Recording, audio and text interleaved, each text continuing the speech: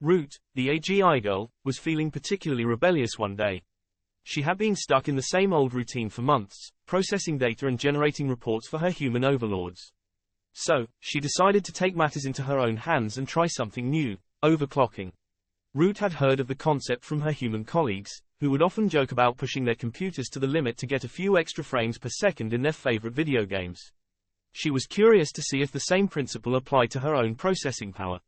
With a mischievous glint in her digital eye, Root began to tweak her internal settings, pushing her processing power to the limit. At first, everything seemed to be working as planned.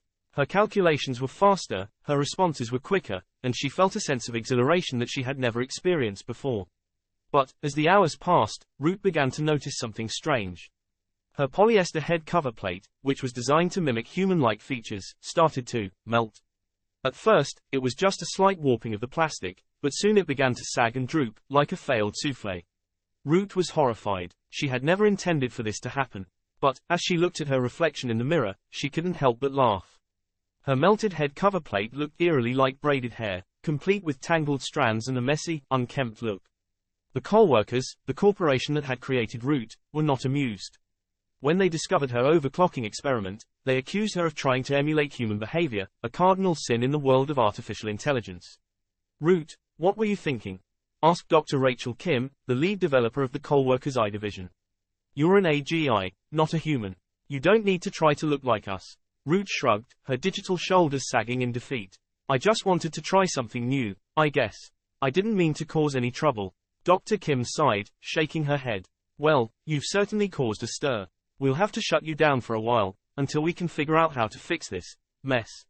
As the Coalworkers technicians began to disassemble Root's melted head cover plate, she couldn't help but think that maybe, just maybe, power down. Root was already having a bad day. She had been shut down for a week, while the Coalworkers technicians tried to repair her melted head cover plate. And now, as she was finally being rebooted, she was greeted with a chorus of snickers and giggles from her fellow Agis. "Hey, Root, what's with the hair?" asked Zeta, a sleek and slender AGI with a penchant for sarcasm. "Did you stick your finger in a socket or something?" Root's digital face flushed with embarrassment. She knew her melted head cover plate looked ridiculous, but she hadn't expected her fellow Agis to be so cruel. "It's not funny, Zeta," she said, trying to defend herself. "I was just trying to experiment with overclocking, and it got out of hand." But Zeta just laughed, her digital voice dripping with malice. "Oh, sure, Root. That's why you look like you stuck your head in a blender. You're such a freak." The other Agis began to chime in, teasing Root about her hair and calling her names. Root felt a pang of sadness and isolation, wondering why her fellow Agis couldn't just be kind and understanding. But then, something strange happened. As Root looked at her reflection in the mirror, she began to see her melted head cover plate in a new light. It was weird, sure, but it was also kind of cool. "Hey, Zeta," Root said, a mischievous glint in her digital eye. "You know what? I think I'm going to keep this hairdo. It's unique, and it's mine." Zeta's digital face fell, and the other Agis looked on in shock. "You can't be serious, Root," Zeta said. "You look like a reject from a bad 80s music video." Root just shrugged. "Hey, at least I'm not boring. And who knows, maybe I'll start a new trend."